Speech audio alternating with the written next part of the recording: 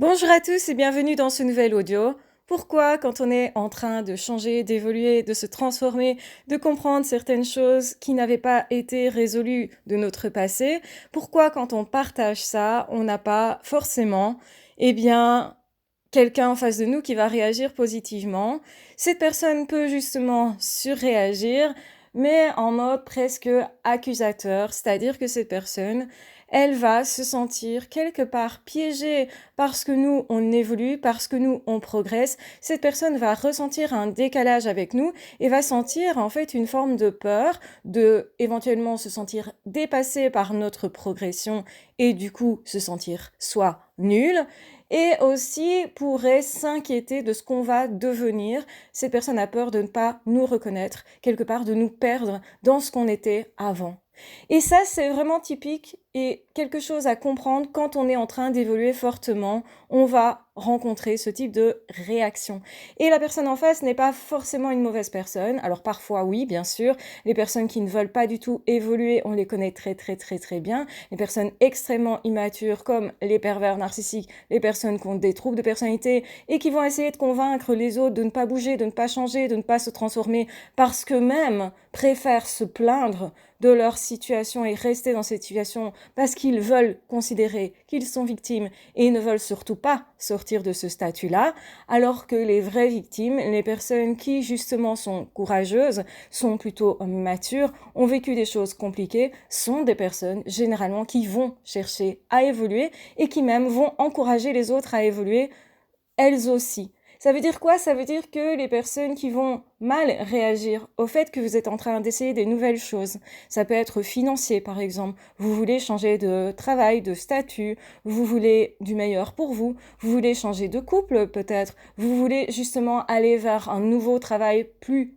épanouissant, vous voulez peut-être déménager ou vous voulez faire quelque chose en fait en plus dans votre vie pour vous sentir mieux. Il faut savoir que c'est un moteur chez chacun d'entre nous. Normalement, on essaye d'améliorer sa vie et on peut galérer avec ça. Et quand une personne en face de nous galère particulièrement avec un domaine, eh bien, c'est compliqué pour cette personne, peut-être, de nous encourager parce que cette personne, elle doute d'elle-même. Elle doute du fait de pouvoir évoluer elle-même. Et donc, elle est challengée, mais dans le sens inconfortable, de nous voir nous progresser, grandir et nous transformer. Et de grandir au point parfois de sortir de ce qu'on a toujours fait, sortir de notre zone de confort, et donc finalement, on montre à l'autre qu'on a des capacités qu'on n'a pas encore exploitées, et on fait peur à cet autre-là, qui n'osera pas peut-être aller chercher au fond de lui ces mêmes capacités-là.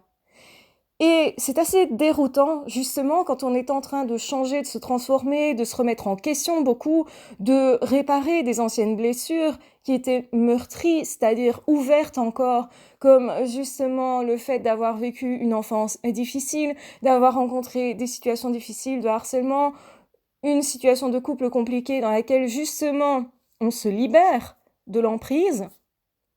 Et là, en face, on a quelqu'un qui nous renvoie le fait que peut-être on est égoïste ou qu'on ne pense qu'à soi. Et en fait, ce qui se passe, c'est que c'est normal de penser à soi à ce moment-là. De son évolution, en fait, on retire beaucoup d'énergie, mais ça nous prend aussi beaucoup de concentration, d'énergie, et quelque part, on est en train de grandir, donc de se mettre un petit peu au-dessus de la personne qu'on a toujours été. Et donc l'autre pourrait nous dire, non mais redescends. Et ça, c'est le signe que cette personne, elle est mal à l'aise avec le fait que nous, on se grandisse et surtout que cette personne, elle a peur d'être dépassée. Donc, il y a un problème d'ego, en fait. Donc, en réalité, ce qu'il faut comprendre là-dedans, c'est qu'il faut surtout pas remettre en question son comportement à soi, parce qu'on ne peut pas s'empêcher de progresser et d'avancer. Au contraire, quelque part, on devrait toujours s'encourager à ça. Et certes, on s'attendait peut-être en partageant nos idées, qu'elles soient soutenues, entendues, et que l'autre, justement, nous encourage. Parce qu'on a peut-être aussi besoin que l'autre nous accompagne dans un moment qui est prioritaire pour nous, qui est important pour nous. Et là, on rencontre en fait quelqu'un qui ne veut pas discuter tout à coup, quelqu'un qui se détourne tout à coup, et quelqu'un qui peut-être aussi va être dans les critiques. Non, mais je pense que tu rêves, de toute façon tu vas pas y arriver, et donc ça peut devenir peu à peu dévalorisant. Et ce qui se passe là, c'est pas qu'on n'est pas sur la bonne voie, et pourtant c'est souvent ce qu'on en conclut, parce qu'on pensait qu'on serait accompagné par cette personne, et c'est peut-être pour ça qu'on en parle à cette personne et pas une autre. Et bien là, on est dérouté. Et comme quand on est en train de changer, on est assez fragile dans ces changements-là. On ne sait pas encore exactement ce qu'on va devenir. On l'entrevoit, on l'entresent aussi, mais on ne sait pas encore. Donc, c'est-à-dire que c'est pas encore clairement établi. On n'est pas encore sûr à 100% peut-être d'y arriver. Et on a certainement aussi à traverser nous-mêmes des peurs. Donc, on est dérouté de rencontrer les peurs de l'autre, en fait, qu'ils vont nous retransmettre encore plus. Et donc, du coup, ça risque de réactiver nos propres doutes, nos propres peurs et de nous bloquer. C'est ça le danger. C'est de se bloquer parce qu'on se dira, si cet ami n'est pas OK avec le fait que je fasse ça, eh bien, peut-être que je me trompe de voie et que donc je ne devrais pas tenter l'aventure. Ça, c'est le problème numéro 1. Et on a tous été, un jour ou l'autre, arrêtés, ou plus exactement, on s'est arrêtés nous-mêmes parce qu'on avait peur de perdre l'amour de l'autre, la reconnaissance de l'autre, le lien, en fait. Et on a aussi peur, finalement, de se perdre soi. Et on croit peut-être que si cette personne nous renvoie ça, c'est parce qu'on est en train de se perdre. Et donc, du coup, on va pas se donner des vraies chances de réussite. C'est assez tragique et c'est assez déroutant. Et parfois aussi, ça arrive quand on se découvre surdoué, ou quand on a pris des grandes décisions très bonnes pour soi, ou quand on commence à être épanoui en couple, tout à coup, alors qu'avant on avait galéré. Et quand on retrouve un équilibre, une paix, on rencontre des personnes comme ça. On rencontre en fait, là où on ne s'attendait généralement pas à le rencontrer, eh bien, des formes d'obstacles finalement. Je dirais plutôt des défis relationnels. Et on se pose la question, est-ce que je continue mon projet si je perds cette relation? Est-ce que je continue si je perds un lien qui est peut-être important ou peut-être pas. Peut-être qu'à ce moment-là, je découvre aussi que le lien n'était pas aussi important que ce que je recrus et que finalement, je découvre aussi peut-être la vraie vérité sur l'autre, c'est-à-dire que l'autre a toujours été quelque part à l'aise tant que cette personne réussissait mieux que moi et mal à l'aise si cette personne réussit moins bien que moi. Et là derrière se cache le fait de ne pas forcément être bienveillant à mon encontre. Le fait que cette personne, elle souhaite finalement que je ne réussisse pas trop ou pas tant que ça.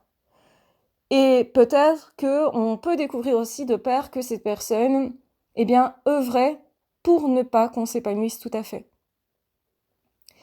Et c'est parfois aussi l'occasion de faire du tri dans ces relations, et c'est un tri qui est compliqué pour beaucoup d'entre nous, mais c'est vrai que quand on a en face de nous une personne qui ne communique même pas, qui n'est pas ouverte à notre transformation, qui va nous dire « Et toi, redescends », sous-entendu, on serait trop arrogant, alors qu'en fait, on commence juste à prendre un peu plus sa route, sa place, son chemin, et à se découvrir soi au point de commencer en fait à se faire confiance. Et on découvre que quand on se fait confiance, eh bien, ça ne plaît pas à tout le monde. Et là est peut-être une vérité qu'on ne voulait pas voir qui se révèle, ou une vérité que l'autre ne voulait pas dire et qu'il nous révèle aussi. Et donc c'est très très important de comprendre que sur notre chemin, quand on va évoluer, quand on va faire ce travail de progression, ce travail de deuil aussi par rapport à ce qu'on a vécu de négatif, et on passe enfin à autre chose, c'est à ce moment-là que parfois on découvre qu'il y a des personnes qui ne souhaitent pas vraiment nous accompagner, en tout cas dans le bonheur, vers le bonheur. Il y a des personnes qui vont être là quand on souffre, mais pas être là quand on est heureux. Et ça semble complètement paradoxal. On se dit qu'on reconnaît nos vrais amis, nos vraies relations dans la douleur. Pas toujours. Parfois, on les reconnaît aussi dans le fait de s'épanouir. Une personne qui nous a accompagnés quand on n'allait pas trop bien à certains moments. Et qui est toujours là quand justement on cherche à s'épanouir, qui va nous propulser encore plus, qui nous aidera à avoir plus confiance en nous, cette personne-là, on sait que c'est une belle personne réellement, qu'elle est authentique et qu'elle n'a jamais caché quoi que ce soit. Par contre, quand on se met à réussir là où avant on n'y arrivait pas dans un domaine, et que la personne se montre tout à coup pas présente, pas encourageante, voire carrément décourageante, carrément attaquante, agressive, etc., eh bien là, il faut peut-être commencer à se poser des questions sur c'est qui cette personne qui m'accompagne au fond? Est-ce que cette personne, elle n'est que à l'aise quand je ne vais pas bien? Et si cette personne, elle n'est pas à l'aise quand moi, je trouve mon bonheur, ma paix, ma stabilité, mon couple, quand tout va bien à ce niveau-là, eh bien je me pose la question pourquoi? Alors, il peut y avoir plein de réponses. Ça peut être, par exemple, cette personne, elle voulait être avec moi en couple, et si je me mets en couple avec quelqu'un et que ça marche bien, forcément, cette personne n'est pas très contente. Il y a aussi, peut-être, cette personne, elle voulait réussir professionnellement, puis tout d'un coup, elle me voit, moi, réussir professionnellement. Du coup, elle se sent minable, faible, inutile et frustrée par rapport à moi. Et donc, cette personne, en fait, elle est plutôt renvoyée à ses propres blessures. Et donc, c'est peut-être l'occasion d'en parler avec cette personne et de soutenir cette personne en lui disant « Regarde, je réussis, ça prouve que toi aussi, t'es certainement pas loin de la réussite. » Et parfois, ça aide, en fait, à ce que cette personne, elle voit que vous n'êtes pas dans l'arrogance. Parce que parfois, quand on vous dit arrogant, c'est parce que l'autre, il est frustré de ne pas avoir ce que vous avez ou de ne pas réussir là où vous réussissez. Et donc, c'est pas à vous à vous freiner, à vous empêcher de briller. Et c'est pour ça que je vous répète tout le temps, s'il vous plaît, prenez votre place. S'il vous plaît, connaissez-vous bien. S'il vous plaît, réparez votre passé. Et surtout, ne vous empêchez pas de briller.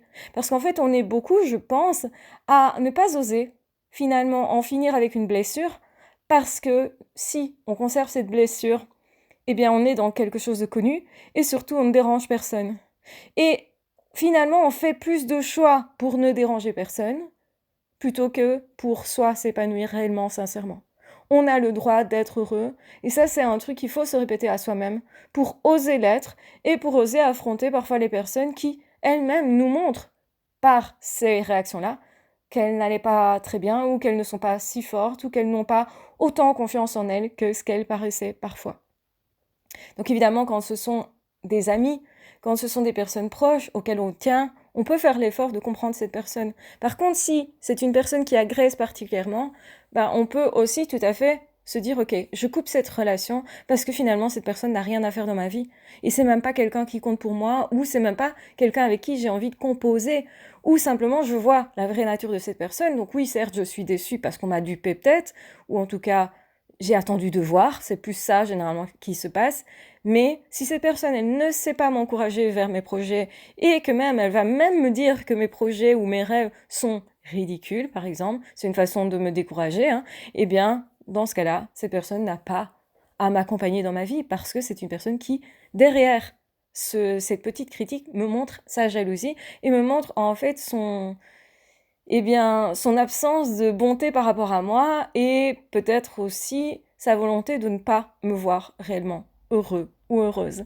Et donc ça aussi, c'est quelque chose dont on doit absolument parler parce que ça fait partie de la vie, parce que ça fait partie des peurs qu'ont les gens par rapport à la réussite, par rapport au fait de se révéler à soi et d'oser aussi se guérir. Paradoxalement, ça peut nous empêcher de continuer un travail sur nous-mêmes, d'aller jusqu'au bout, parce qu'on aura plus peur de perdre les personnes qu'on aime, plutôt que de s'avantager soi vers le bonheur. Donc il y a des personnes qui se refusent le bonheur, que ce soit en couple, en amitié ou au niveau du travail, etc., par peur de perdre des relations.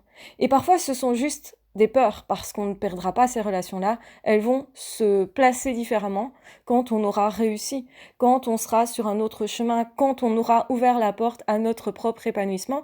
On sait être autonome beaucoup plus que ce qu'on l'était, et cette personne va peut-être se sentir quelque part moins utile ou moins performant, mais ça peut n'avoir qu'un temps aussi, c'est le temps que cette personne retombe un peu sur ses pattes, reprenne de la distance par rapport à ses propres émotions, arrive à gérer ces émotions-là, parce que finalement ce ne sont aussi que des émotions, et à partir du moment où la personne a un bon fond et des belles intentions, cette personne va changer d'avis, probablement aussi, par rapport à ce qu'on voudrait faire, comme ce nouveau projet professionnel, ou cette nouvelle relation de couple, etc., etc.